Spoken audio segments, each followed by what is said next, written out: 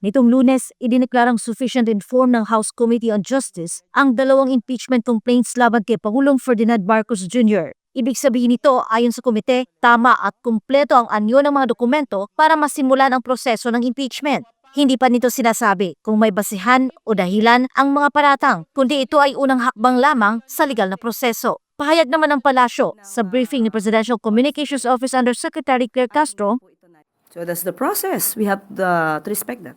Aniya, matagal nang malinaw ang paninindigan ng Pangulo na wala siyang nagawang anumang pagdabag sa batas o kilos na maituturing na impeachable. Kaya nananatili siyang tiwala at panatag sa sarili sa gitna ng mga ibinabatong aligasyon. Even before, sinabi na po ng Pangulo na alam niya na wala siyang ginawang mali, wala siyang ginawang paglabag sa batas, at wala siyang ginawang impeachable offense. Kaya kumpiyansa siya sa sarili niya. Tinugunan din ni Castro ang pangamba na maaaring magdulot ng political instability ang sabayang impeachment complaints laban sa dalawang pinakamataas na opisyal ng bansa. Aniya, bagamat hindi nababahala ang Pangulo para sa kanyang sarili, nag-aalala siya sa posibleng epekto nito sa ekonomiya at sa buong kalagayan ng bansa.